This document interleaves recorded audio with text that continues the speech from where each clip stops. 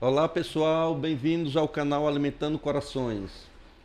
Eu queria pedir a você que pudesse nos seguir lá no canal do YouTube, e pudesse também curtir esse episódio que irá ao ar na próxima segunda-feira.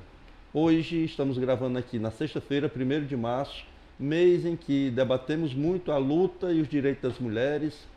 E hoje a convidada é muito especial. O primeiro episódio do mês de março, trazemos aqui para conversar conosco Raquel Andrade, secretária executiva da Secretaria de Mulheres do Governo do Estado.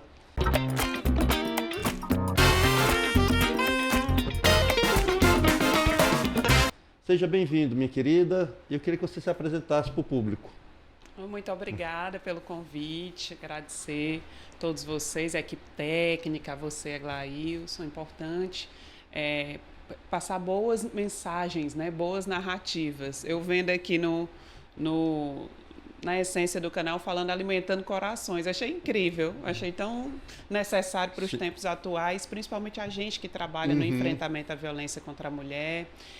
Eu sou servidora pública, né, há quase 20 anos, sempre trabalhei em instituição ou do Estado, ou do município, hoje na União, tendo esse norte da política pública, da boa prática de gestão associada às políticas de mulheres.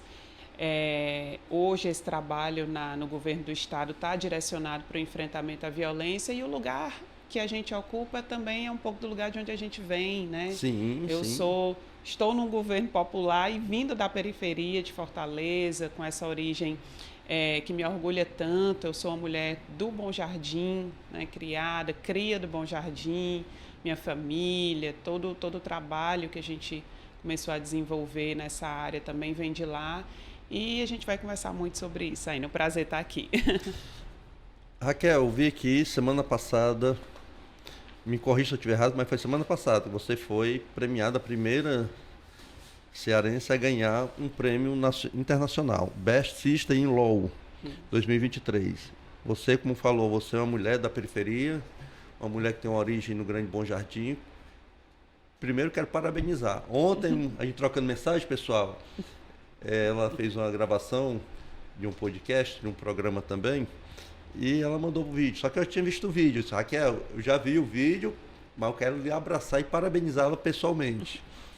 E o que significa isso para você e para a luta que você sempre esteve à frente, que é a luta das mulheres, combate à violência contra as mulheres, pelos direitos das mulheres. Isso.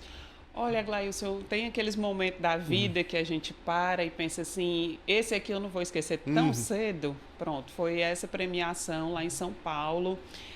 Foram finalistas em algumas categorias, né, todo o Brasil, enfim, é uma instituição que tem braços também no exterior.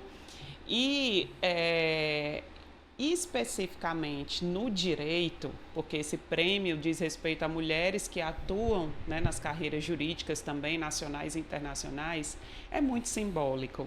Porque mulheres que vêm de onde eu vim, né, com um pouco da trajetória que a gente trilhou, esse lugar não é um lugar comum para nós. Então, ser reconhecida nesse lugar também é um lugar de poder, né? É muito, muito simbólico, foi muito importante. E eu fiz questão, né, no vídeo, no discurso, na hora que chamaram, de dizer que aquele prêmio era para o Ceará. Não era para mim, né? Não é a Raquel que venceu. Quem venceu foi o Estado. O Estado conseguiu, foi a única categoria, né, que a gente conseguiu se colocar como finalista. E aqui no Ceará tem muita mulher, a gente conversava um pouco antes, Exatamente, né? Tem muita mulher que fez história, que foi responsável, a luta foi responsável pelo que hoje a gente chama de democracia, pelo que hoje a gente chama de Estado democrático de direito. Então, é uma forma, né? Eu ainda tenho muito a aprender, ainda tenho muito a caminhar, mas foi uma forma também de reconhecer o trabalho dessas mulheres, a luta, os sacrifícios que elas fizeram para que hoje eu pudesse estar em São Paulo, nesses espaços, recebendo esse prêmio. Você hoje está junto com a vice-governadora e secretária de Mulheres, contribuindo na Secretaria de Mulheres do Governo do Estado. Quais são as políticas hoje que são desenvolvidas pelo Estado e aí eu já vou emendar na segunda pergunta. Nosso estado também é um estado que tem um número altíssimo ainda de violência contra as mulheres. Recebemos aqui a procuradora da Assembleia, das Mulheres da Assembleia, a deputada Lia Ferreira, e ela falou dos números de violência contra as mulheres. Seja desde feminicídio até a violência moral, né? E eu queria que você colocasse como é que está hoje essa política desenvolvida pelo Estado, que tem a Jade e você contribuindo com a Secretaria, e com os desafios ainda a ser enfrentados no combate à violência. Olha, é muito importante tocar nesse assunto, nesse momento, sobretudo, Aglailson, porque o Ceará, ele passa uma mensagem muito forte, uma mensagem política e uma mensagem institucional, quando o nosso governador Elmano de Freitas decide nomear a vice-governadora secretária de Mulheres. Né? Não tem nenhum outro estado com esse formato. E isso dá um peso político, institucional muito grande para essa causa, para a defesa dessa causa. Né? Eu me sinto muito honrada, muito feliz de trabalhar ao lado da vice-governadora. É uma mulher extremamente inteligente, técnica, dedicada. Você vê que ela está com 8 meses de gestação. E trabalhando direto. E a gente estava inaugurando uma casa em Beberibe esses dias, e eu olhando assim, ela fazendo a fala, eu olhando assim, eu disse, meu Deus, eu com 8 meses, eu sou mãe também, eu disse, eu com 8 meses, eu não aguentava dar nem 3 passos direito. E ela rodando o Ceará e fazendo esse trabalho com todo o apoio do governador, eu acho que isso é um marco no campo das políticas para as mulheres, né? E segundo, a integração, né? Hoje, na Secretaria de Mulheres, a gente tem o programa Ceará por Elas, que é um programa que integra todos os poderes, que integra, sobretudo, os municípios, né, no desenvolvimento de políticas públicas para mulheres. Tem eixos, tem contrapartida. Então, essa mensagem que o governador passa, que a vice-governadora passa e que as mulheres que estão nessa agenda também passam, é que todo mundo nesse estado está dando as mãos, está disposto, né, a enfrentar a violência contra a mulher e a promover mais políticas públicas, porque sem integração não tem eficiência, não adianta. Então, nós vivemos um momento muito importante para essas políticas. Dentro do mapa de violência contra a mulher, tem um recorte também desse mapa. As mulheres, as maiores vítimas são as mais pobres, as negras, as que têm uma dependência econômica do parceiro, do marido, do esposo, do companheiro. Como é que é pensada a política dentro da gestão do governo do estado para chegar até essas mulheres? Olha, esse é um ponto fundamental. A promoção da autonomia econômica financeira é uma forma de libertação, né, do ciclo de violência. Então, os equipamentos, as casas da mulher cearense, as casas municipais, os municípios estão criando seus próprios equipamentos com apoio do governo do estado. Elas têm um setor dentro da casa de promoção da autonomia econômica. Pronto, era isso que eu tinha, desculpa o corte, mas é isso.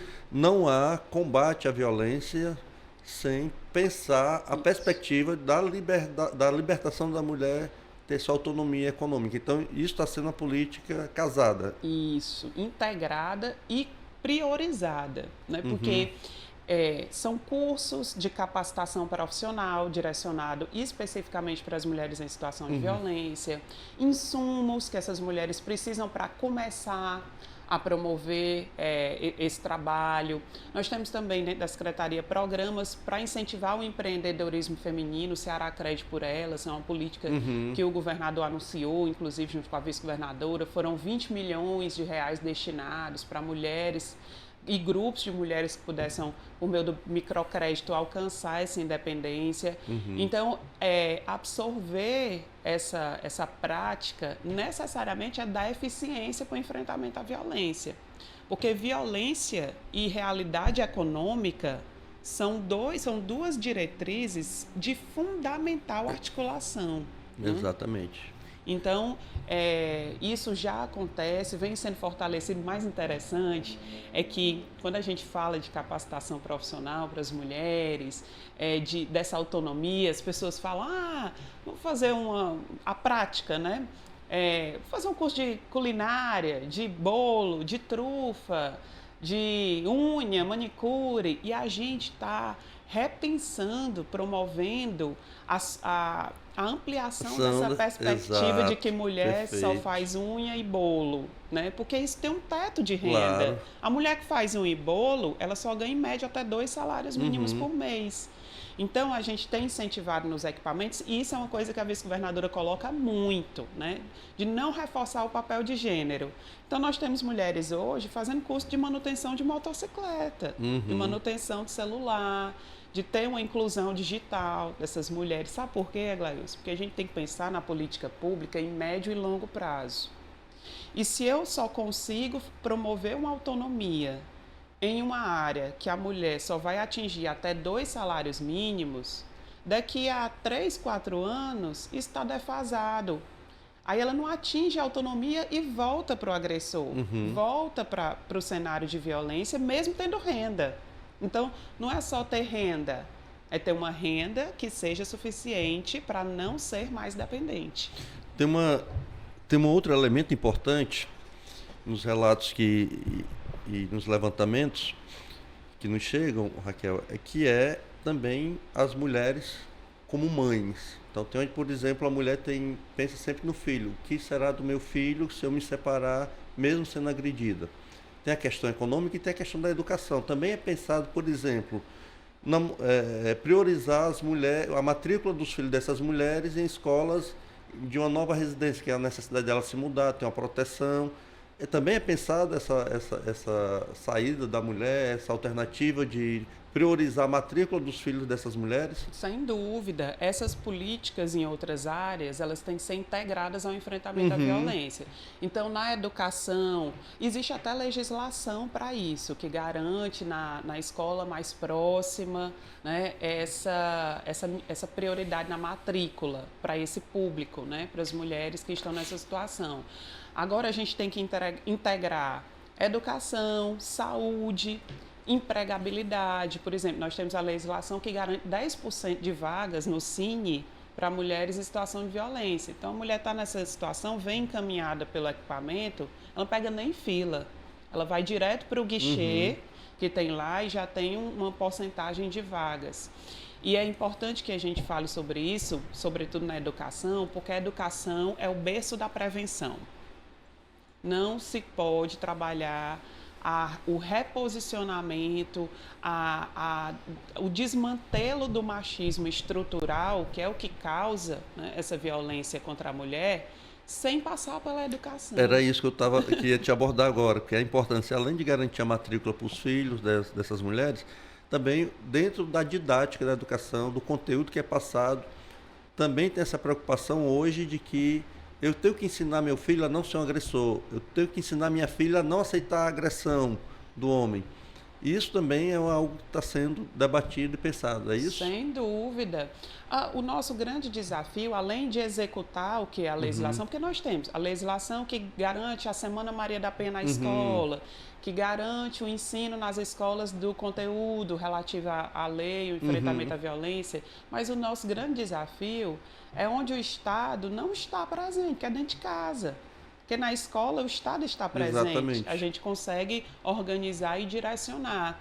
Mas cultura, né, valor, crença, acima de tudo, a violência contra a mulher está pautada na crença, né, da superioridade do homem em relação à mulher. Então, crença a gente desconstrói de dentro de casa, do ambiente da família, né, da concepção de família. É tanto que existe uma discussão muito grande, né, entre nós pesquisadoras de como é que a gente trabalha a ressignificação das masculinidades. Porque o homem que reproduz a violência contra a mulher presenciou provavelmente a violência dentro de casa, com o pai, com o avô, é como se fosse uma herança geracional. E crença é um pouco disso, né? Essa coisa do machismo é um negócio tão forte. Nós tivemos aqui no Brasil um episódio que gerou uma repercussão, que foi a apresentadora, a modelo Ana Hickman. Você vê que ela é uma mulher emancipada, que tinha, né, tem poder econômico, tem seu trabalho, tinha sua autonomia, mas submetia à violência moral e até física do ex-marido. Quando se separa, aí vem também o ataque à mulher. Ah, porque ela já tinha um amante antes do fim do casamento. Isso foi uma reação, porque, ou seja, a mulher, mesmo sendo a vítima, a sociedade ou o machismo ataca a mulher como se ela fosse a culpada da agressão que ela sofria. Como é que isso, você que já é pesquisadora, militante nessa área, como é que você vê isso? Como é que a gente pode combater isso? Além da educação, das campanhas, mas o que é que pode ser feito mais ainda, ao seu ver? Para mim, esse caso da Ana Hickman foi emblemático, né? Porque de onde as pessoas, bem entre aspas, acham que nunca haverá violência, né? Exatamente. Que é uma mulher branca, privilegiada, rica, milionária, querida. Ela tem uma imagem recebida, bem assimilada, sobretudo entre as mulheres.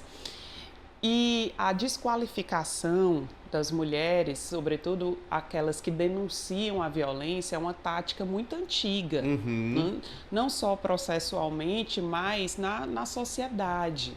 Né? Você tira o foco do agressor, tira o foco da violência e coloca as luzes sobre a vítima. Então, as pessoas não passam mais a discutir as questões éticas, morais, legais, criminais, em relação à conduta do agressor. Elas transferem isso para a vítima e isso é muito nocivo. Isso é uma revitimização. Ela foi vítima de violência e está sendo vítima de violência porque foi vítima de violência. Exatamente. Né? E a gente tem um esforço muito grande para evitar que isso aconteça. A Lei Mariana Ferrer, por exemplo, né, para evitar a violência de gênero processual, surgiu numa situação em que o advogado, durante a audiência, nesse caso, foi um caso também emblemático, focou a sua narrativa toda em desqualificar a vítima. E a gente tem que ter cuidado com isso, porque isso não nasce no processo, isso não nasce na audiência, isso nasce no nosso cotidiano. Inclusive, nós mulheres temos uma responsabilidade muito grande, né, de não reproduzir esse machismo julgando mulheres, questionando as mulheres. Eu vejo algumas pesquisas em relação, por exemplo, à violência sexual, ao estupro, né? As pessoas questionando, uma porcentagem considerável de pessoas se questiona qual a roupa que a vítima estava usando quando sofreu a violência, onde ela estava, que horas ela estava, se ela tinha ingerido bebida alcoólica. Então, você tira o olhar de quem pratica, do agressor, tira o olhar da nossa responsabilidade coletiva, né, de reproduzir esse machismo e coloca o peso todo sobre os ombros da mulher em situação de violência. Então, qual é a solução, né? As pessoas, o que é que você propõe? Eu digo, olha, eu não acredito em nenhuma mudança substancial que comece de fora para dentro. Eu acho que toda mudança sólida, ela precisa começar de dentro para fora. Então, nós precisamos remodelar as nossas relações cotidianas, na nossa família, na igreja, no trabalho, na comunidade, porque é ali que são formadas as crenças que levam hoje as pessoas pararem para pensar e dizer, mas se ela estava tendo um caso, né, antes, aí a gente tem que ver, né, se ele não agiu por causa disso. A legislação brasileira é tão patriarcal, machista, porque você tinha uma justificativa até metade do século passado de que se a mulher traísse o marido, ele tinha um direito, era a defesa dele, era um direito dele se defender da traição, inclusive justificado para, caso ele matasse, assassinasse a mulher, era uma defesa dele, estava na lei, estava prescrita na lei. A legítima defesa da honra. Da honra. Foi muito sangue de mulher para lavar essa honra, viu? Durante séculos.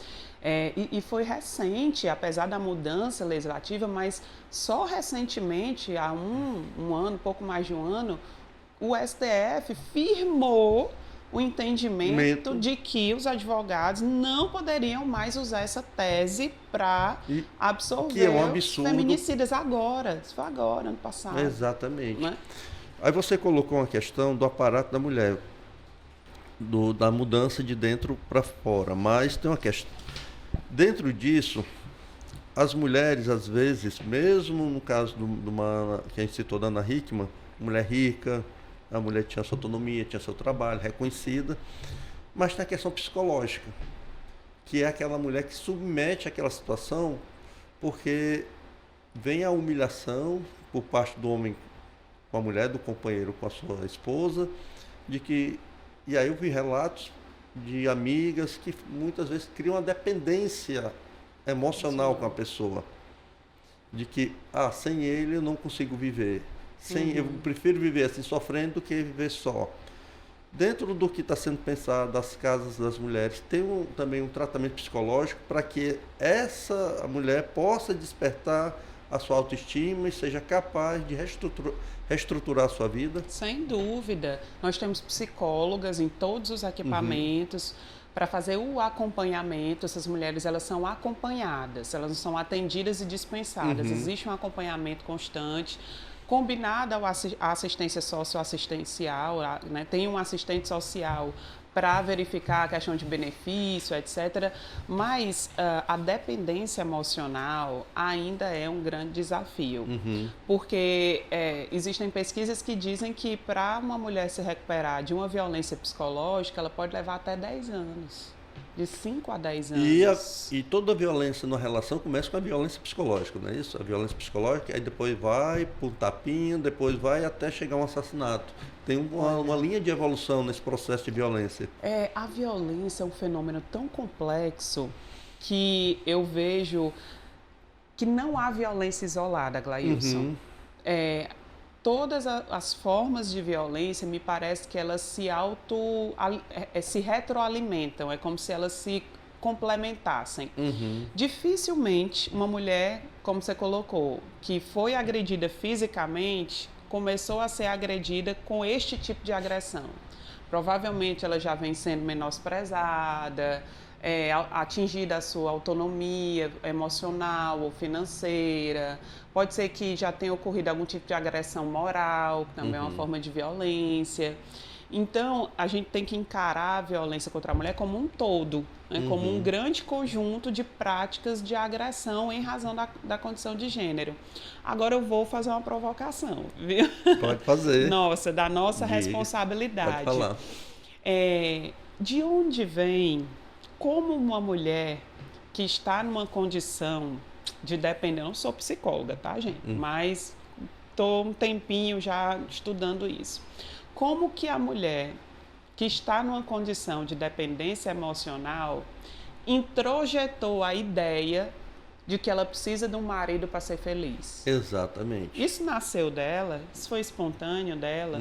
Ou houve um reforço social a vida toda, desde a infância, de que você precisa de um marido para poder garantir, inclusive, a sua sobrevivência. A sua sobrevivência, porque você sozinha não consegue. Não consegue, exatamente. Olha, uma coisa muito interessante que eu aprendi nesses anos todos lidando com essa pauta é que sem a autonomia, né, pessoal, a autonomia financeira, ela pode não dar conta, né? Então, vamos lá, a gente pode promover uma política pública de empregabilidade, estimular o crédito, promover uma capacitação profissional, né, enquanto Estado, promover uma assistência completa, mas sem a psicóloga ali, por isso que a gente tem psicóloga em todo equipamento. Muito sem a importante. Psicóloga todo dia, a todo momento, realizando o atendimento, fortalecendo o emocional dessa mulher dentro da casa, dizendo: você pode, você consegue, ganhar dinheiro também é coisa de mulher. Mas eu vou começar do zero, mas você vai dar o primeiro passo, você é capaz. Isso tem que se complementar, porque é um reforço social muito forte que o machismo estrutural ele causa na gente, né? De que árvore que não dá fruto merece ser cortada, que uma mulher direita, você lembra do estigma da mulher direita? Quem é a mulher direita? Da mulher direita, exatamente. É a mulher casada, né? É a mulher que se veste de uma determinada que cuida forma, dos filhos, que cuida dos filhos, que prepara o jantar do marido, né? Hoje nós temos a economia do cuidado que tem um impacto enorme no PIB, na economia em âmbito nacional e local, às custas de triplas, quádruplas jornadas. Mulher trabalha o dia todo, o homem também. Chega em casa, quem vai fazer a janta? Quem vai cuidar da farda do menino para ir para o colégio no outro dia? Né? Então, compartilhar, por isso que eu falo da mudança de dentro para fora e do cotidiano. Essas mudanças têm que partir das nossas condutas individuais para poder mudar o todo. Né? E aí sim a gente vai ter uma repercussão nos números, nos indicadores. Se nós pegarmos as leis de combate à violência contra a mulher, são recentes, né? São de 1 década, 2 décadas para cá, no máximo. Inclusive a caracterização de feminicídio. Eu queria que você esclarecesse um pouco para as pessoas que irão nos assistir o que é o feminicídio, o que caracteriza o feminicídio e quais os avanços que essa lei nos trouxe. Perfeito. Vou fazer uma linha do tempo aqui para a gente ter uma dimensão do todo. O Brasil, infelizmente, foi um dos últimos países da América Latina a resguardar os direitos das mulheres em termos de enfrentamento à violência em relação a países como o México, por exemplo. A lei do feminicídio chegou aqui com 10 anos de atraso em relação ao México. Né? É um dos exemplos. Lei Maria da Penha de 2006. Né? É o marco, é a linha que divide o antes e o depois para a proteção das mulheres, porque a partir dela vieram outros instrumentos normativos, como a lei do feminicídio, que é de 2015, então foram quase 10 anos, né, 9 anos aproximadamente, entre uma lei e outra. E o feminicídio é uma qualificadora, é a previsão de uma qualificadora do homicídio, o que é bom, porque dá um peso em relação à penalidade aplicada, as agravantes, etc., pela condição de mulher. Então, o menosprezo à condição de mulher, a discriminação dessa condição, é a mulher que morre por ser mulher. E não por outras razões que são outros espectros da violência. Então, sobretudo na relação da violência doméstica e familiar, eu faço muito esse exercício com meus alunos, né? Ah, professor, mas foi feminicídio? Será se foi? Teve isso, teve aquilo? Eu digo, troque, inverta na relação. Se fosse um homem, ele tinha sido assassinado porque chegou em casa e não fez o jantar? Se fosse um homem, ele tinha sido assassinado porque a mulher decidiu porque ele decidiu terminar o relacionamento e a mulher não aceitou o fim. Quantos casos você conhece, né? Se fosse um homem, ele teria sido morto por ciúmes. Então, a gente tem que introjetar essa ideia de morreu porque era mulher e não porque estava traindo. Exatamente. Ou porque não era uma mulher direita, né? Rapaz, para entender. Se fosse cada homem que traz fosse assassinado, então já teria a metade da população masculina, ou mais, bem mais, já teria desaparecido da face da terra, né? Que é muito, muito forte isso. Isso é o machismo, na verdade, né? É a concepção de que o homem pode e a mulher não pode. O homem pode tudo e a mulher só tem que ser fiel, tem que ser a dona do lar, cuidar dos filhos e aceitar tudo que o marido faz. Isso é o machismo. É um roteiro, né? Um roteiro. Eu fico impressionada como as pessoas não enxergam. Quem nasce para seguir roteiro? Mas isso a gente conversava antes de iniciar a gravação, de que isso é fruto do nosso Estado, a formação do Estado brasileiro, patriarcal, machista, racista. Foi o último a abolir a escravatura. Não, Casa Grande e Senzala. Então você é fruto desse atraso do que é o Estado brasileiro ainda. Tem muito espaço a serem dados. Isso, como você falou, esse roteiro já vem da formação desse Estado que a gente vive. E mudar a sociedade é mudar também a forma do Estado. Eu acho que você falou bem, o governador é humano, quando coloca a secretária Jade, a vice-governadora, para assumir um cargo desse, está empoderando, colocando o Estado. O governo do Estado do Ceará tem essa preocupação. Isso é uma política fundamental a ser enfrentada. Isso mesmo. Assim também como o presidente Lula. E nós tivemos retrocesso. Eu queria que você comentasse. Um retrocesso muito grande de 4 anos. E isso aumentou, inclusive, essa coisa do machismo muito forte. Isso. Nós tivemos um governo genocida, Bolsonaro é um governo genocida não só pela pandemia, mas aumentou crimes ambientais, crimes contra a população toda quando ele não investiu no combate à pandemia, incentivou o machismo. Foi um retrocesso que nós tivemos. E a gente está reconstruindo toda uma lógica diferencial agora com Lula. Ou seja, o que a gente tinha sido construído, Bolsonaro estava destruindo e a gente tem que reestruturar o que nós vínhamos fazendo. Isso mesmo. Aí eu queria que você comentasse isso. O que foi esses 4 anos? Foi muito ruim para o movimento de mulheres. Demais. Nós tivemos muitos problemas, né, na política de mulheres, política pública e na política em geral. Mas o que eu posso dizer, inclusive tecnicamente, como pesquisadora do campo da política pública, é que a maior violência institucional que esse governo cometeu contra as mulheres foi a inexecução orçamentária. Foi o esvaziamento da política pública. Né? Se não fosse o nosso ex-governador Camilo e hoje ministro, a Casa da Mulher tinha fechado. Exatamente. Se não fosse essa continuidade que o governador Elmano deu a essa ideia de que o Ceará vai e já investe na proteção das mulheres, a gente não tinha 3 casas da mulher cearense funcionando com excelência e mais 3 em construção. Então, Raquel, mas inexecução orçamentária, nós chegamos a um índice de inexecução de mais de 90% do orçamento destinado. E isso não é à toa, isso é projeto, isso é estratégia. Então, você pega um orçamento X e você corta esse orçamento. Você diminui de 100 para 30, né? E desses 30, você só executa 10%. O que é isso? É estratégia. É projeto. É o esvaziamento. É o esvaziamento da política pública, porque nós sabemos que a proteção de maiorias minorizadas, né, que é um instrumento de interpretação que eu gosto muito, né? Nós, mulheres, pessoas negras, empobrecidas, nós não somos minorias. Nós somos maioria nessa população e somos minorizadas em direitos. Né?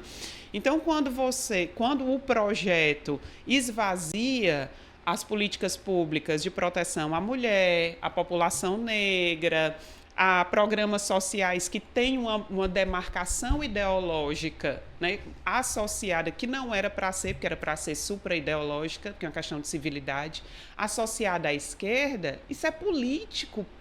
Isso é estratégia político-ideológica, isso não é uma execução de política pública, de um planejamento de uma política pública. Tem que separar. Nós chegamos a um absurdo do ex-presidente e futuro presidiário Bolsonaro de dizer que não estuprava uma deputada federal porque ela não merecia, porque ela era feia. Uma pessoa que diz isso, ele legitima toda uma política de violência. Então, o esvaziamento que você está falando, isso é pensado. Isso. E eu creio, né, inclusive, desse lugar de estrategista, né, de trabalhar estratégias políticas, sobretudo para mulheres, eu penso que houve um roteiro, houve narrativas que foram roteirizadas nesse governo. Primeiro a gente tira o valor, depois a gente faz uma frase polêmica bem aqui, aí depois a gente tira um 8.0, né, que foi uma coisa que foi feita também, um 8.0 da política de mulheres, transforma em direitos humanos, porque dilui e a política se dilui com outras. É tudo muito articulado. E essas narrativas, que não eram só da figura do ex-presidente, era do governo, era coletivo, era do projeto político, elas encontravam legitimidade em potenciais agressores. Porque políticos manobram opiniões, manobram posicionamentos sociais coletivos, né? Porque é a pessoa que me representa que está dizendo que deu uma fraquejada e nasceu uma filha. Então, enquanto povo, né, como é que eu vou absorver essa narrativa? Estou me lembrando aqui, Raquel, que além do Bolsonaro, você tem uma capa de uma revista que colocou uma ex-primeira-dama de um golpista, que foi Michel Temer, que golpeou a democracia brasileira, golpeou uma mulher, primeira mulher presidenta da República, a Dilma. Aí vem uma capa de uma revista dizendo, com a primeira-dama, bela, prendada e do lar. Tem algo mais machista e nojento do que isso? É a mulher direita. É a mulher direita. Falando. Exatamente. É reforço de narrativa. E o golpe, ele foi misógino. Exatamente. É a mesma técnica, eu vou usar com você, a mesma técnica dos alunos. Troca por um homem. Exatamente. Tinha sofrido impeachment? Não tinha. Né? Mas foi a conjuntura. Mas será que as pessoas teriam se sentido tão à vontade para expor, para ridicularizar, para agredir moralmente, se fosse um homem? Exatamente. Eu tenho minhas dúvidas. Eu teve nosso canal, pessoal, quem ainda não está sabendo, mas a gente começou nessa semana um quadro novo chamado Gente que Transforma. São trabalhos, eu estou fazendo, indo até a casa de algumas pessoas, lideranças comunitárias, que na sua grande maioria, Raquel, são mulheres. Essa coisa do cuidar, da preocupação com o próximo, parte muito das mulheres. E eu tive, o primeiro episódio foi com uma liderança que inclusive conheço desde quando era criança, que é a Dona Nenê, que tem uma atuação lá no bairro do Quitino Cunha, Jardim Guanabara. E era uma militante filiada ao Partido dos Trabalhadores desde os anos 80. Então, e ela falou, quando ela falou do golpe contra a presidenta Dilma, ela se emocionou. As lágrimas vieram naturalmente. Por quê? Porque ela se colocou como mulher, mãe de 4 filhas, e que passou tudo que falavam contra Dilma, ela sentia como mulher. Então, eu queria falar também dessa coisa do empoderamento da mulher na política. Não há também emancipação das mulheres se as mulheres também não estiverem ocupando os espaços da política. E o Estado brasileiro e a elite brasileira, tão misógina, tão mesquinha, que a primeira presidenta foi golpeada. E foi golpeada também porque era mulher. Não é só porque tinha os interesses econômicos da burguesia brasileira, mas também porque era mulher. E ali a sentiu mais à vontade, como você colocou. Então, a importância da mulher na política é fundamental para que a gente possa desconstruir essa misoginia e esse machismo. Exatamente. Eu fico assim muito tocada, porque a gente que vem da periferia, minha mãe é liderança comunitária, né, quase 40 anos, e eu cresci, né, a nossa casa era associação. Eu acordava com o pessoal batendo na porta, né, demandando e tudo, e foi minha grande inspiração. Mulheres como essa inspiram muita gente. E a gente vai para esses eventos, para essas mesas, fazer as falas, né, de mulher. Venha, fale sobre mulher na política. Estive em Curitiba agora recentemente para um evento, estava a ministra Carmen Lúcia, e eu assim, né, meu Deus, e tudo, do Bom Jardim para o evento com a Carmen Lúcia. Carmen Lúcia, gente, a ministra do STF mais admirada, né, que tem falas assim bem potentes sobre a participação das mulheres no espaço de poder. E aí a gente, nesse evento, eu percebia uma narrativa que era muito de... como se nós não quiséssemos estar na política. Aquela coisa de... Eu lembro até de uma campanha que foi feita uma vez, mulheres, venham para a política, venham ser candidatas e tudo. E eu acho que esse não é o melhor olhar. Porque nós já estamos na política há muito tempo. Exatamente. Quem sustenta a política de base nesse país são as mulheres, nós, exatamente. São as mulheres. É só andar na periferia que você vai saber quem são as lideranças comunitárias que têm um trabalho social. As mulheres. Você vê, pessoalmente, você vê na ponta. E não é só nas lideranças comunitárias, não. Eu estou dizendo porque eu vivi isso. Eu tenho foto com 6, 8 anos, cheia de adesivo, só de calcinha. Uma vez eu fui para um evento com o ex-senador Pimentel, aí na época que a gente foi candidato a deputado, há muito tempo. 2018, aí ele foi fazer uma fala e disse, olha, eu conheci essa meninazinha aqui, cheia de adesivo, meus adesivos, ai meu Deus. Então eu trago essa memória para dizer que nós sempre estivemos na política, Você vai no centro, no bandeiraço, meio dia. Mulheres. Quem é que está fazendo o bandeiraço? Você vai no comitê, quem está separando o material, vendo logística, organizando liderança, pagamento de fornecedores, prestações de conta. Tem uma mulher lá. Né? O problema não é que nós não estamos na política, é que espaços nós estamos ocupando dentro da política. Porque a gente só chega até um determinado ponto. Vou te dar aqui você colocando isso aí. Eu acho que até teve alguns avanços na legislação, a paridade. Era o que eu ia falar. O percentual, a obrigatoriedade das mulheres estarem dentro das candidaturas femininas. Mas você tem episódios absurdos, como do PL daqui do Estado, que inclusive os 4 mandatos estão do PL aqui da Assembleia, pessoal. Tem os 4 deputados, aliás, as 2 deputadas e os 2 deputados estão com mandatos cassados pelo Tribunal Regional Eleitoral. Recorreram e estão para ser analisados no TSE. Porque eles fraudaram a participação das mulheres, na cota de mulheres na chapa. Inclusive colocaram candidaturas que as mulheres nem sabiam que eram candidatas. Foram comprovadas essa fraude e foram cassados esses 4 mandatos. Para você ver, tem uma legislação, mas os partidos controlados pelos homens acabam fraudando e utilizando as mulheres. Parece que de todo jeito a gente perde, né? A gente perde porque a gente não consegue entrar nesses espaços com mais qualidade, porque veja, gente, tem um monte de mulher querendo ser candidata.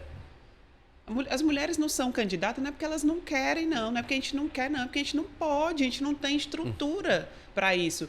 E eu não estou falando só do recurso, eu não estou falando só do tempo de TV, eu estou falando é do básico, né?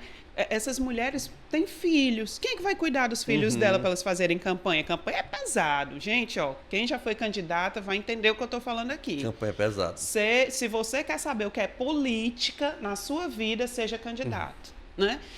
Olha, eu lembro quando eu fui candidata, meu filho tinha 8 meses. Eu amamentava no palanque, esperando a minha hora aqui do microfone para falar. Amiga, e um dia uma amiga para ficar com meu filho, outro dia uma lá em casa, outro dia deixar uma coisa, uma comida. A gente não tem o básico. Tem a maternidade, tem a renda, porque para fazer campanha não dá para trabalhar e fazer campanha ao mesmo tempo. E aí, qual vai ser a renda dessas mulheres durante a campanha? Né? Que nem todas são servidoras públicas. Exatamente. Para poder ter o afastamento. E o subsídio do partido financeiro para bancar uma campanha. Campanha é caro. Né? Então, nós temos mulheres, lideranças há anos, com potencial político eleitoral incrível, mas que encontram barreiras estruturais, objetivas, para realizarem o sonho, porque muitas sonham, né, de serem as candidatas dos seus territórios, de mudar a vida do seu território, da sua cidade.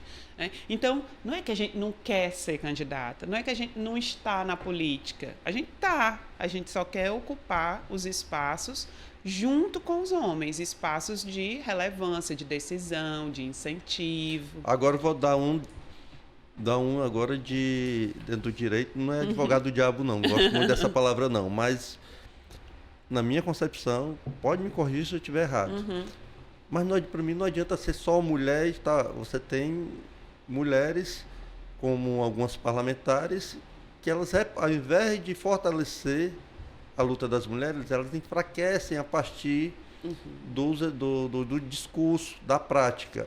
Isso. E aí vou citar a ex-ministra Damares, as deputadas aqui do PL, principalmente a doutora Silvana, que reproduzem valores machistas. Então não basta ser mulher, tem que ter uma consciência também da importância das mulheres e de libertação das mulheres, senão elas jogam contra essa política, essa luta que vocês travam há muito tempo. Isso. E esse é um ponto bem crítico, né, da política de mulheres. O que fazer quando algumas mulheres se colocam contra os direitos? Raquel, tem uma pessoa que fala aqui que me dá arrepio. Fico cheio de urticária. Margaret Thatcher. Às vezes as mulheres colocam como uma mulher empoderada. Empoderada para quê? Para destruir direitos que, inclusive, afetam as mulheres. Isso. né? Agora, qual é a leitura que a gente faz? Esse posicionamento é um posicionamento ideológico. Exatamente. Né? Não é um posicionamento orgânico, de causa. Não é uma mulher que vem do movimento de mulheres. E tem a consciência Isso. da Exatamente. libertação das mulheres. E assim, vivemos num Estado democrático de direito. As pessoas, às vezes, me colocam nas pegadinhas, sabe? Fazem umas armadilhas. Como é que você faz, como é que você se posiciona em relação às mulheres que vão de encontro aos direitos das mulheres? Nós vivemos num Estado democrático de direito, né? As mulheres têm a liberdade de se posicionar, de se colocarem contra ou a favor de determinados, por exemplo, projetos de lei, etc.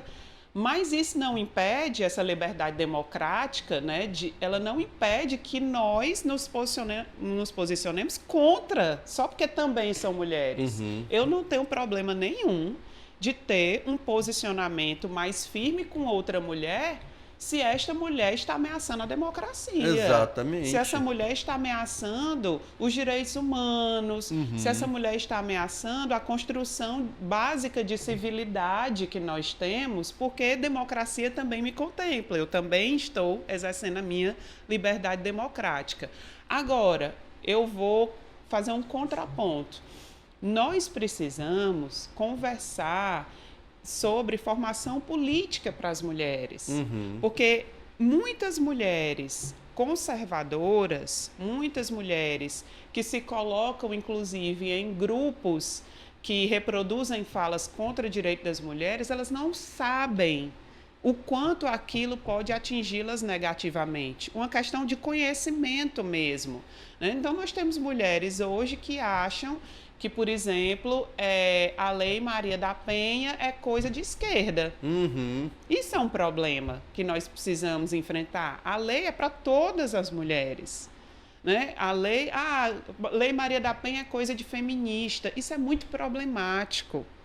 Essa é uma discussão que nós precisamos colocar lá na base, porque nós sabemos que hoje a violência está em todos os espaços políticos, ideológicos, religiosos. Você sabia que 40% das mulheres que sofrem violência no país são evangélicas? Então, o que nós vamos fazer? Hostilizar essas mulheres, ignorar essas mulheres? Não, nós temos que acolher, nós temos que prestar o serviço com a mesma qualidade como para todas as mulheres, mas, sobretudo, nós precisamos disseminar o conhecimento para que ela faça a escolha. Essa mulher precisa ter o mesmo acesso, a mulher que está num campo mais conservador, ela precisa ter o mesmo acesso aos instrumentos de proteção que outras mulheres de outros campos têm, para que a gente garanta a proteção, proteger acima de tudo, Aglailson. Isso, para mim, não é só na condição de secretária executiva, não. Eu acho que proteção, ela vem antes de qualquer outro posicionamento, seja do Estado ou da sociedade. Sabe por quê? Porque uma mulher morta, ela não tem direito nenhum. A gente só pode falar em direito à saúde, à educação, ao trabalho, quando a mulher está viva. Uma mulher que é morta na frente dos filhos, que é alcançada por essa mazela que é o feminicídio, acabou. Infelizmente, nós falhamos enquanto sociedade. Então, primeiro proteger, depois a gente vai para a repercussão jurídica, social, individual, comunitária da violência, mas proteger. E uma mulher que está viva, mas está em situação de violência, ela não consegue usufruir dos outros direitos plenamente, é impossível, porque essa mulher está em cárcere. Nós temos indicadores de mulheres que morreram de câncer de colo de útero, porque os maridos não deixavam elas fazerem a prevenção. O médico não vê a mulher nua, para o médico não realizar os exames que são feitos lá, ginecológicos. O que é isso? O machismo matando indiretamente. Então, não adianta existe algo que antecede ao debate sobre saúde da mulher, trabalho, educação da mulher, que é o direito de estar viva, E o direito de estar viva dignamente, sem estar numa situação de cárcere, de violência emocional, psicológica, sem estar em violência patrimonial, que também é uma violência que as denúncias têm crescido muito, moral, para que ela possa, sim, ter as condições de usufruir dos outros direitos. Para as mulheres que se sentem ameaçadas ou já sofreram violência, a quem ela deve procurar? Quais são os canais que ela pode procurar para poder fazer a denúncia? Eu vou e procurar ajuda? 3 opções aqui. Se você está passando por uma situação de urgência, 190. Ligue 190, chame o socorro. Você está na iminência de uma agressão, você está em risco. Não espere, não subestime a violência. Se você precisa de informações, né, sobre a rede, sobre a prática da violência, o que é isso é violência, isso não é, isso é crime, isso não é, ligue para o 180, que é um canal informativo. Tudo que você precisar saber sobre isso, alguém vai lhe atender lá no 180.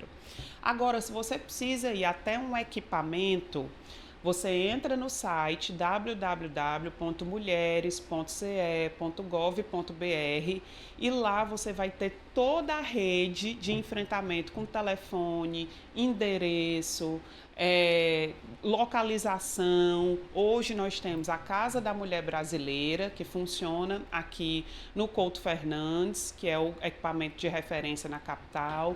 Temos 3 Casas da Mulher Cearense, um em Sobral, um em Quixadá, um em Juazeiro do Norte, e temos também casas municipais, né? Você vai encontrar lá o serviço também em São Benedito, em Ibiapina, em Mucambo, em Novo Oriente. Você pode encontrar também nos centros de referência da mulher, que tem em municípios como Itapipoca, Barbalha. Então, entre no site, veja o endereço mais próximo e procure o equipamento. Você pode fazer o boletim de ocorrência, você pode procurar só o apoio psicológico. E nós temos uma inovação na prestação de serviços. A gente lançou ano passado, a vice-governadora, com o apoio da Secretaria de Segurança Pública, uma ferramenta fantástica que a mulher pode pedir, pode solicitar medida protetiva sem sair de casa. Você entra no site www.mulheres.policiacivil.ce.gov.br. Você vai preencher um formulário, colocar tudo que aconteceu com você. Isso vai ser encaminhado para um juiz e você vai poder receber a sua medida protetiva por e-mail, vai ter a comunicação por WhatsApp, sem fazer boletim de ocorrência nesse primeiro momento, sem precisar se expor e ir até uma delegacia. Então, o governo do estado está empenhado, né, de todas as formas de garantir a proteção das mulheres cearenses. Pessoal, nós já estamos aqui caminhando para o encerramento, mas eu queria que você pudesse fazer as considerações finais.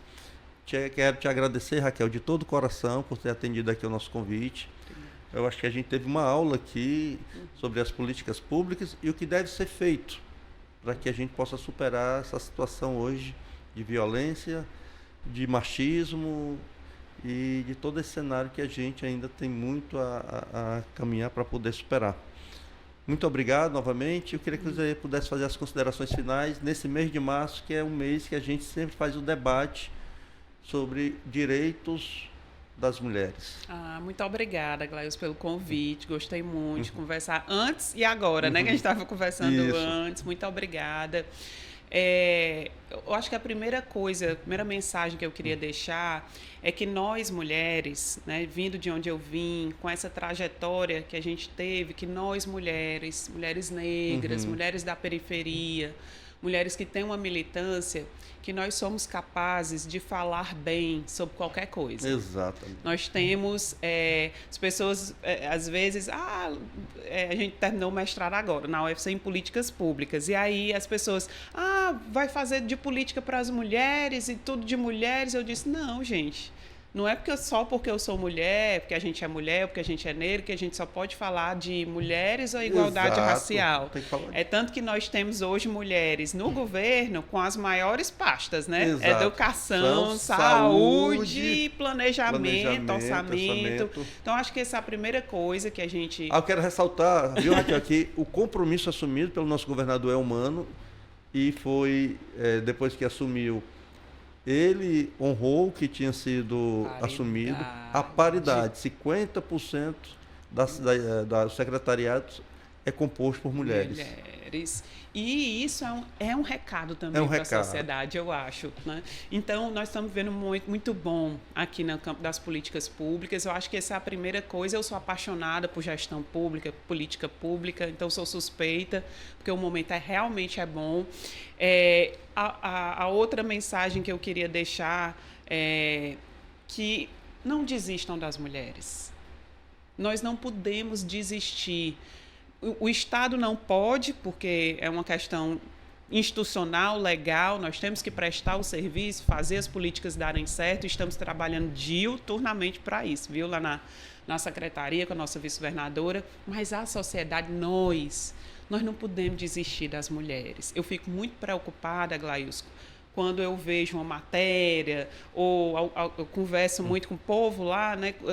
As pessoas, não tem jeito isso, todo dia isso, olha, você viu de novo, isso não vai mudar nunca. Isso é uma coisa que me preocupa, essa fala, porque parece que a gente está desistindo dessas mulheres. A gente não pode desistir das mulheres que estão sofrendo violência.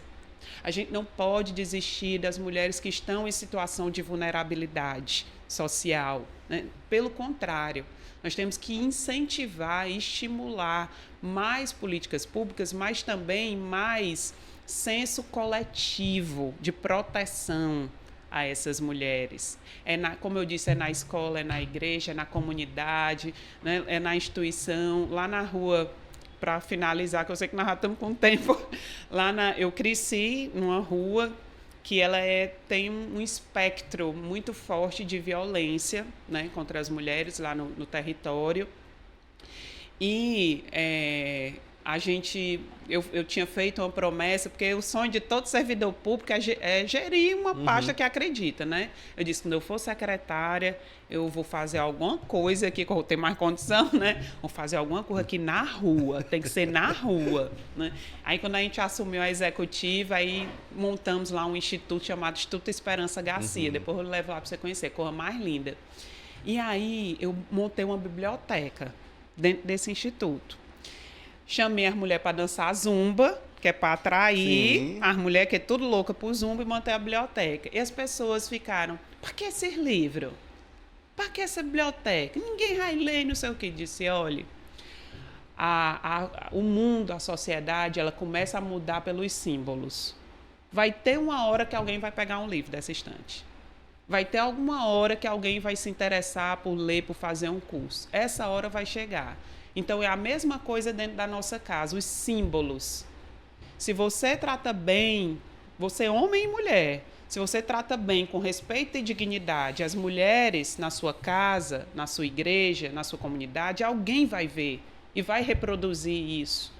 Alguém vai dizer, não fale assim com a minha mãe, não fale assim com a minha irmã, não a trate dessa forma. Isso vai repercutir nas próximas gerações. Então, símbolos, eles também sustentam as nossas ações. Exatamente. Então, essa era a mensagem final. Olha, eu falei mensagem final, mas já vou voltar aqui. Uma situação que ela falou em leitura. Eu vim também da origem da igreja, de pastorais sociais, pastoral operária. Você falando de leitura. Toda reunião iniciava-se com alguma leitura, seja um texto, alguma coisa. Essa prática da leitura é fundamental.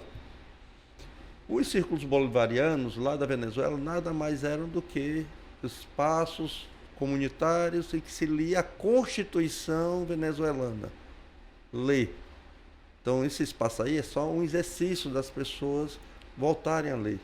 Porque até essa coisa aí foi sendo desconstruído para que o nosso povo vivesse na ignorância. Não tivesse sequer a noção dos direitos básicos. Então, parabéns lá pelo Instituto e pela biblioteca, porque é outra coisa absurda. Buenos Aires, a grande Buenos Aires, tem mais biblioteca, viu, Moisés? Moisés é que fica aqui na equipe técnica, aqui com a Paulinha ali. Hoje é a Paulinha que está ali, não é a Lívia. Mas Buenos Aires tem mais biblioteca do que todo o Brasil.